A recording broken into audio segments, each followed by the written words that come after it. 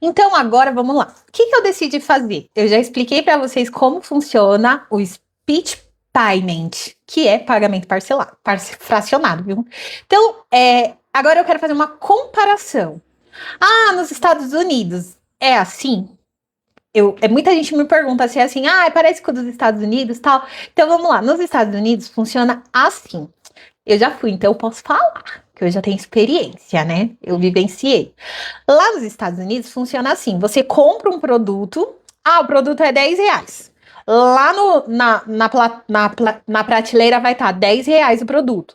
Quando chegar no caixa, o produto não vai ser só R$ 10, vai ser R$ 10 mais a alíquota efetiva daquela cidade.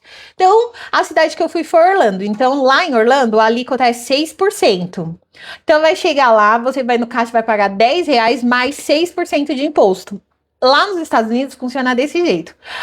Quem paga o imposto pro governo? Lá, tipo assim, ou a empresa informa ou as plataformas de pagamento já fazem o repasse, mas para ela fazer esse repasse, ela tem que, tipo, ter uma autorização para fazer os repasses para o governo. Então, tipo, lá é R$ 10 mais 6%. Nos Estados Unidos, por isso que nos Estados Unidos as coisas é mais barata? Em partes sim e em partes não. Lá nos Estados Unidos funciona assim também. Aqui no Brasil, todo mundo é uma cadeia, todo mundo paga imposto. Lá não, só quem vai pagar o imposto é o consumidor final.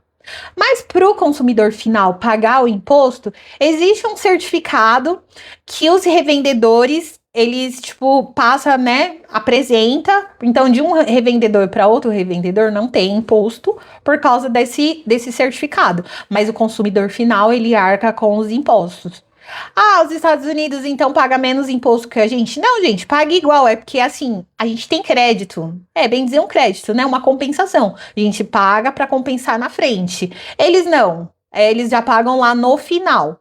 Aí, às vezes, as pessoas falam assim: então, tipo, o Brasil ele não é um país de primeiro mundo porque a gente paga muito imposto. Tá, a gente paga muito imposto, mas eles também pagam imposto. O que acontece no Brasil é que é mal distribuído. Mas o erro já começa pela gente mesmo, porque na hora de votar a gente não sabe escolher quem votar. A gente escolhe influenciador, a gente escolhe pessoas que a gente acha que é uma coisa, mas quando vai ver, chega lá, não entende nada. Então, tipo assim, a gente escolhe pessoas sem instruções. E eu não digo instrução escolar, porque muita gente que tá lá não tem a instrução escolar, mas tem a instrução de ir atrás, de entender como funciona o imposto, para que serve o imposto. As pessoas vão atrás. Diferente das nossas escolhas. Muita gente não sabe escolher, escolhe influenciador, escolhe pessoas que não têm um intelectual, e aí vai. Mas assim, a gente não vai entrar no mérito de política, a gente vai entrar no mérito de, tipo, a gente ganha imposto, a gente poderia ser um país de primeiro mundo, mas a gente não é um país de primeiro mundo por escolhas nossas. Mas assim, lá nos Estados Unidos é bom, é um país de primeiro mundo, mas só que não tem, o governo não arca com a saúde. Não, o governo não arca com a saúde, viu? O governo, ele investe, o que o governo faz lá? O governo lá, ele tipo, dá um subsídio. Só que esses subsídios são para algumas pessoas. Não são que nem aqui no país, que o Brasil investe na saúde. Lá, eles têm uns planos de saúde particular, em partes, e o governo, ele investe um subsídio nesses planos de saúde. Então, tipo, se a gente for parar para pensar, tipo assim, o Brasil não é um país de primeiro mundo porque investe muito em saúde? Talvez, porque o SUS é totalmente grátis. É tudo grátis. Até uma cirurgia plástica que ela seja, ou uma cirurgia que ela vai reparar um dano que mexa com o seu psicológico, o SUS cobre.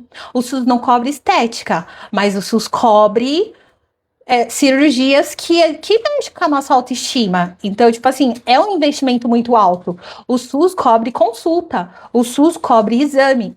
É demorado? Sim, mas cobre. Lá não.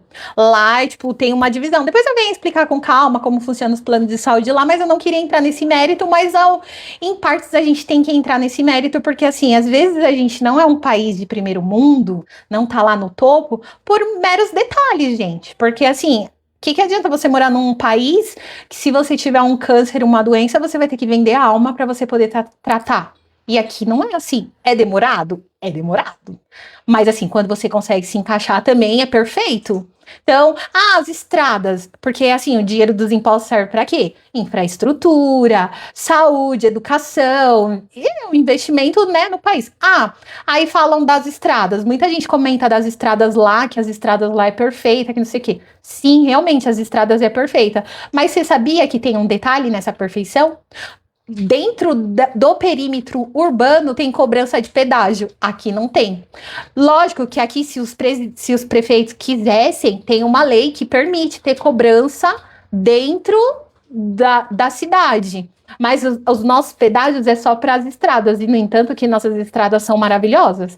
Lógico, tem uma ou outra que só por Deus tem.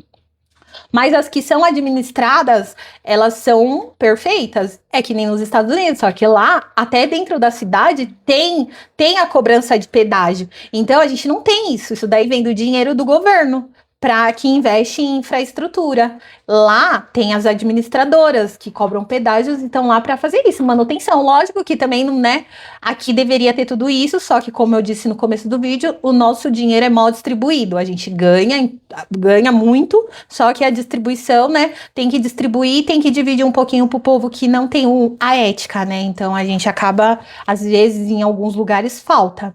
Então, assim, o nosso país, ele é um país de primeiro mundo, deveria estar lá, né? Só não está porque não é bem distribuída a nossa renda. Mas assim, a gente faz coisas que lá fora eles não fazem. As nossas estradas, quem custeia é o governo. A nossa saúde, quem custeia é o governo. A nossa educação, quem custeia é o governo.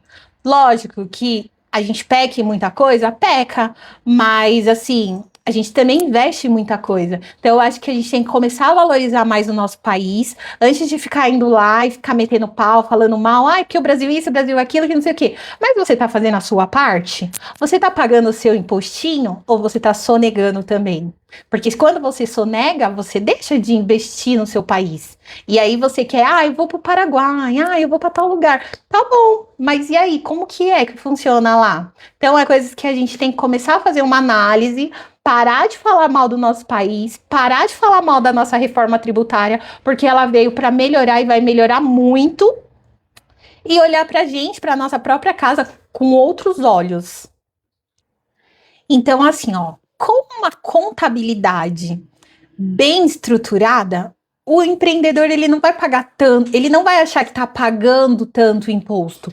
Porque quando a sua empresa tá correta, você consegue ver quanto você pagou de imposto nas compras, quanto gerou de crédito, quanto surgiu de débitos na venda, quanto já foi recolhido no split payment e qual é o seu saldo real e o valor devido, o seu saldo real e o valor que você ainda deve. Então, o problema é que, assim, sem controle, a empresa, ela acha que o governo tá tirando duas vezes. O governo só tira de mim, só tira e não me dá nada em troca.